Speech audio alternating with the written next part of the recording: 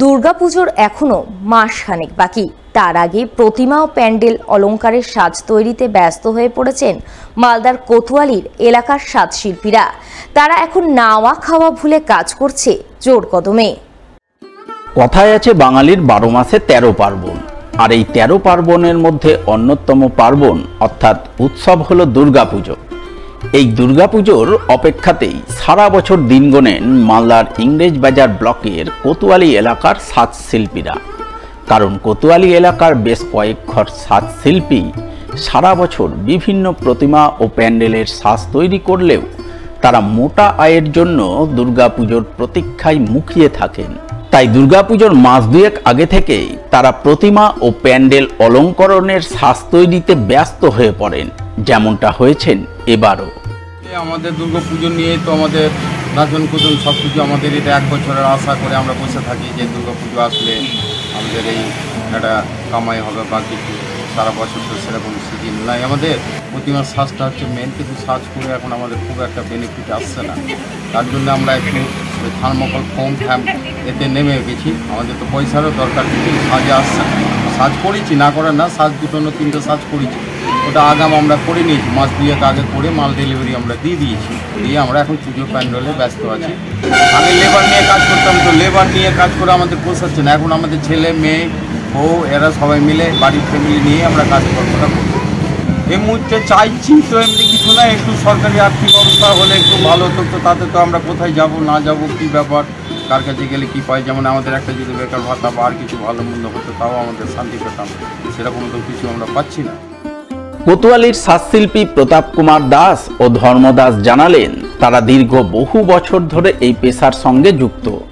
আগে শুধু প্রতিমার সাজ তৈরি করতেন, কিন্তু ইদানিংকালে শুধু প্রতিমার সাজ তৈরি করে খুব একটা লাভের মুখ দেখতে পাচ্ছেন না। তাই গত কয়েক বছর ধরে প্যান্ডেলের কাজ করছেন। সেই কাজ নিয়েই এখন ব্যস্ত হয়ে রয়েছেন। তবে এই কাজে তারা কোনো রকম সরকারি সাহায্য সহযোগিতা পান না। পেলে ভালো হতো, আরও আগে থেকে মালপত্র কিনে দুর্গাপুজোর কাজ শুরু করতে পারতেন। আমার এই কাজ প্রায় 40 বছর হয়ে গেল। খুব কষ্টের সহিত এই কাজ করছি।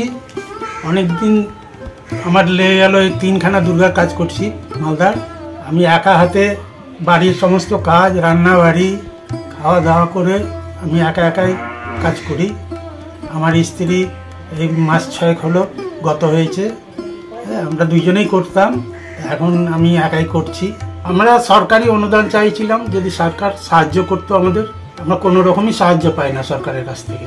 টাকার অঙ্ক আমাদের খুব একটা বাড়তি নাই, কারণ সাজ অন্যান্য ম্যাটেরিয়ালসের দাম প্রচুর আমাদের লাগছে, কিন্তু আমরা সাজের দাম পাচ্ছি না। আমাদেরকে খুব কম রেটেই সাজ দিতে হচ্ছে। মালদা জেলা সমগ্র শিক্ষা মিশনের উদ্যোগে এবং মালদা চক্রের ব্যবস্থাপনায় বিশেষ চাহিদা সম্পন্ন স্কুল ছাত্রছাত্রীদের অঙ্কন প্রতিযোগিতা হয়ে গেল বুধবার। এদিন এই অঙ্কন প্রতিযোগিতা অনুষ্ঠিত হয় শাহাপুর হাই স্কুলে। এতে মালদা চক্র এবং আদিনা চক্রের বিভিন্ন হাই স্কুলের 8ম থেকে দ্বাদশ শ্রেণীর বিশেষ চাহিদা সম্পন্ন ছাত্রছাত্রীরা অংশগ্রহণ করে।